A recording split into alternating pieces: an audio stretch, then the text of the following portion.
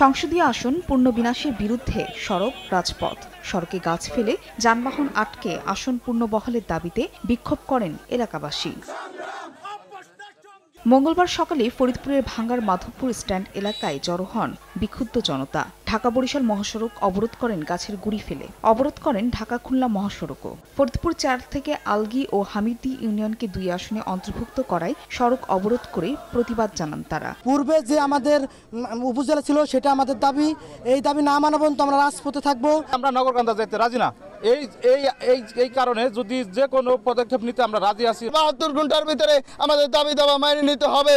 অন্যদিকে ব্রাহ্মণবাড়িয়া ৩ থেকে হরষপুর, চান্দুরা ও বুধন্তি ইউনিয়নকে ২ আসনে যুক্ত করার প্রতিবাদে ঢাকা সিলেট মহাসড়কে বিক্ষোভ করেন স্থানীয়রা। এতে যান চলাচল বন্ধ হয়ে দুর্ভোগের সৃষ্টি হয়। আশুগঞ্জ সরাইলের সাথে চান্দুরার এবং বুধন্তির যে সংযোজন হয়েছে তা বাতিল করে নতুন করে আবার গেজেট প্রকাশ করা হোক। বিজয়নগর থেকে 2টা ইউনিয়ন এখানে সংযোগ করার কোনো প্রয়োজন নাই এবং সরাইল আশুগঞ্জবাসী এটা প্রতিরোধ করবে। আসনের সাথে কেউ যদি সংযুক্ত হয়, কেউ যদি বিয়োজিত হয়, তাহলে জনগণের মতামত নিতে হবে। আগের অবস্থায় আসনটি পুনর্বিন্যাস না হলে সড়ক, রেল ও নৌপথ অবরোধের হুঁশিয়ারি দেন বিক্ষোভকারীরা। ফাহরিয়া ফারজানা, সময় সংবাদ।